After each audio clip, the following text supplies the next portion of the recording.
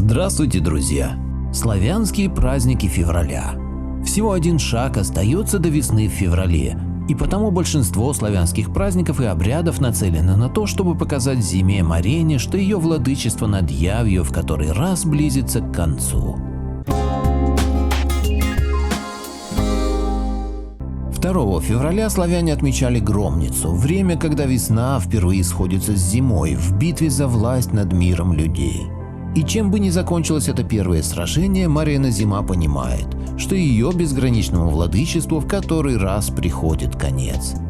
Другое название праздника – Перунье Зимнее, в честь громоверца Перуна, потому что только в этот день в небе звучат громовые раскаты, совершенно для зимней погоды не характерны, отзвуки сражения между мраком и светом, идущего в высотах небесной прави.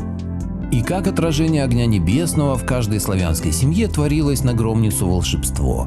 Старший мужчина в доме изготавливал особую громничную свечу. Чем больше она выходила, тем больше перуновой силы могла вместить. Свечу полагалось зажечь на капище под специальное моление волхвов.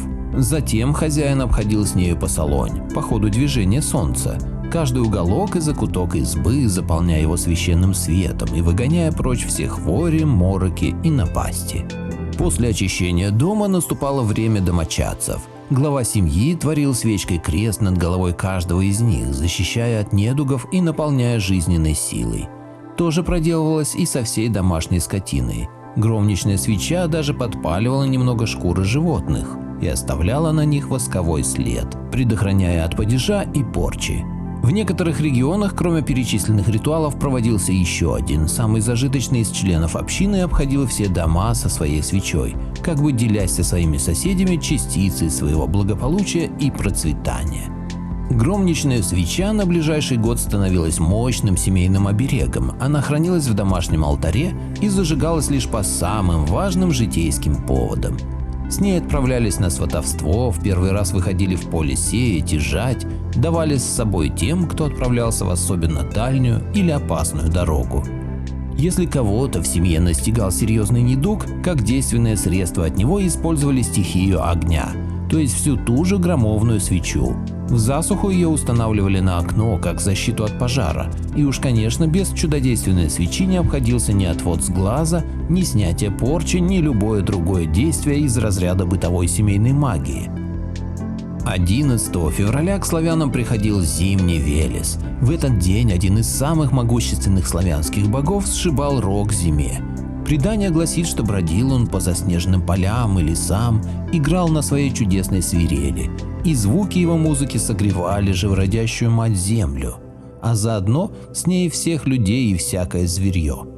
И как ни гневалась на музыканта Марена Зима, сколько ни напускал на людей метели и холода, а на скотину страшную коровью смерть, никак было не одолеть ей Велеса, не вернуть своей былой силы. Поскольку Велес считался покровителем скотоводов, в его святодень совершались разнообразные обряды, направленные на защиту домашнего скота от всяких болезней и на увеличение прибытка от скотины в хозяйстве.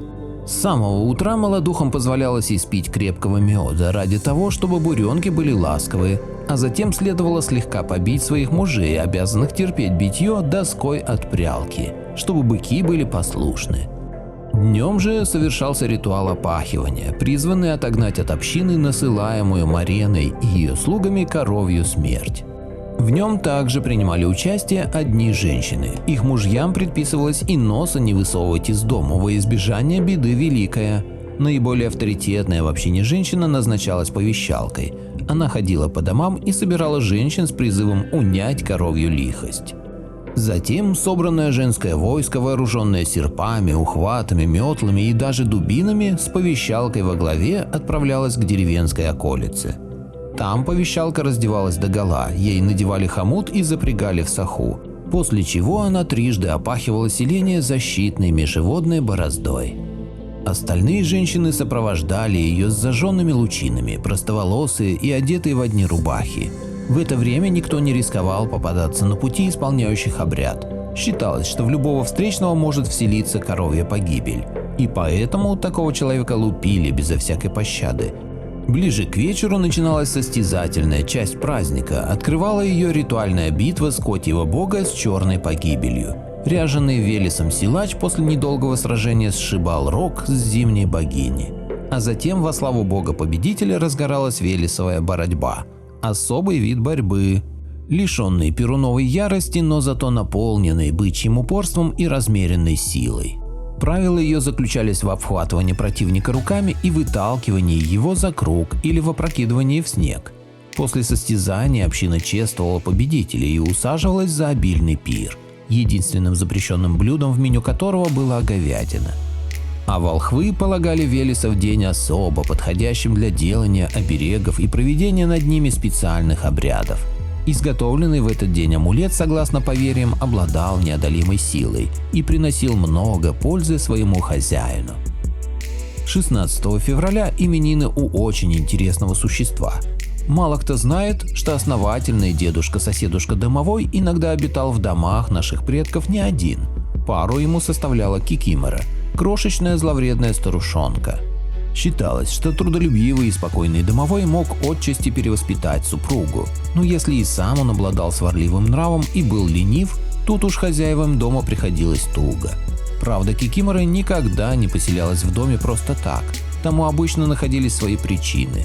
Чаще всего это происходило из-за постройки дома в неподходящем гиблом месте. В том случае, если хозяйка дома решалась на аборт или если на дом делался специальный наговор. Стоило Кикиморе обосноваться на новом месте, как вместе с ней в хозяйстве немедля воцарялся хаос. Вечно чумазая грязнуля колотила посуду, рассыпала крупу и муку, путала пряжу и нитки. Единственным достоинством ее проделок было то, что любая неумеха в рукоделии могла свалить собственную неаккуратную работу на помощь Кикиморы. Кстати, домашними выходками злобное существо не ограничивалось, доставалось от нее и домашним животным. Едва она пробиралась в птичник или хлев, тут же принималась щипать перья птицы, гонять поросят, дергать шерсть у овец. Угомонить ее не было никакой возможности, оставалось смириться с неприятной соседкой. Единственным днем в году, когда у хозяев появлялся шанс утихомирить Кикимору, были ее именины – 16 февраля. Домовому в это время полагалось крепко спать, забившись в теплый уголок избы, так что на хозяйстве оставалась одна Кикимора. Поэтому пропускать ее праздник было для семьи особенно недальновидно. Кто знает, какие пакости придумает обиженный дух. Интересно, что самым правильным поведением хозяев в день именин Кикиморы была всесторонняя подготовка дома к весне. Именно в середине февраля полагалось избавляться от хлама, выбрасывать сломанные и побитые вещи, старую одежду, словом, все, от чего не будет уже никакого прока. Кроме этого, перетряхивались все шкафы и укладки, проводилась ревизия продуктов в погребах, дома проветривались и вымывались до блеска. В знак уважения к Кикиморе отвар для мытья полов, стен шкафов и прочих домашних поверхностей готовился на корне папоротника. Уж очень уважала домашняя нечисть это растение. Рукоделие свое хозяйки убирали в ящики и короба от греха подальше, не достала бы беспокойной имениннице.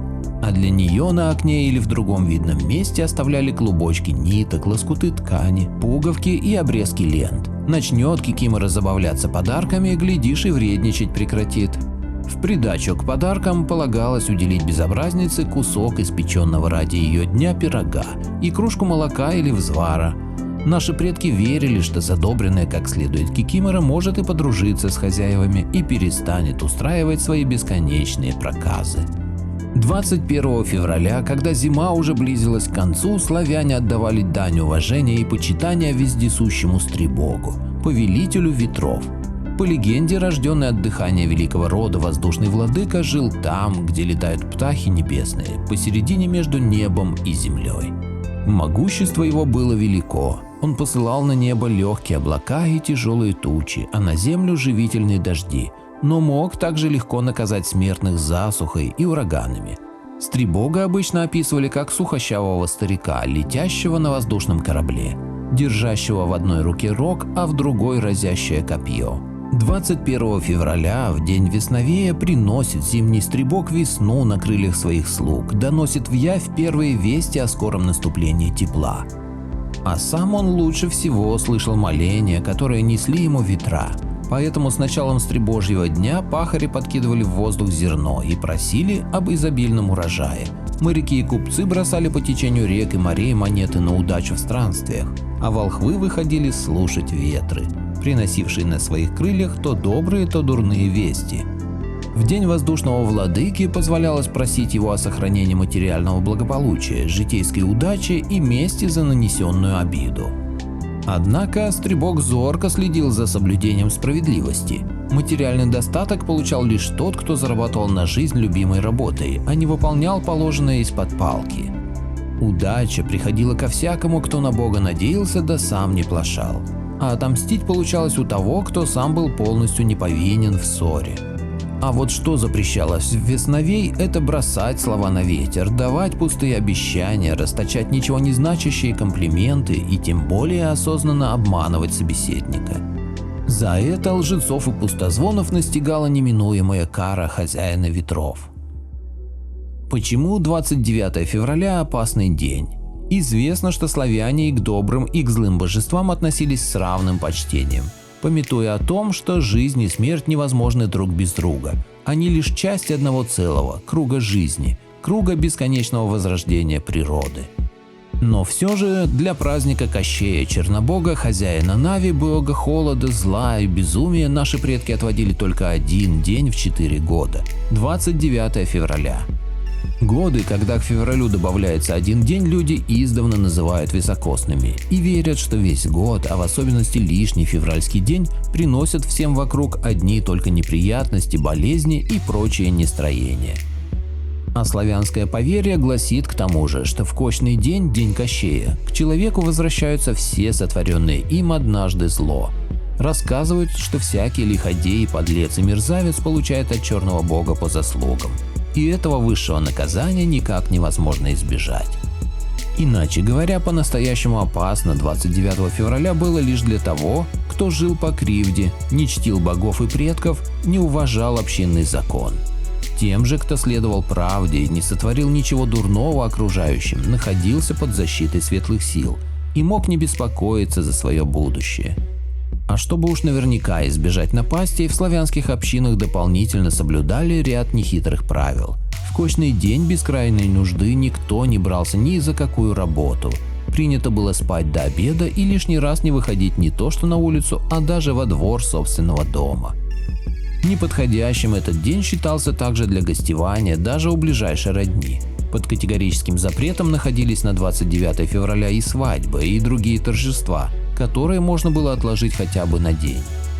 Имелось, однако, событие, отложить которое было решительно невозможно.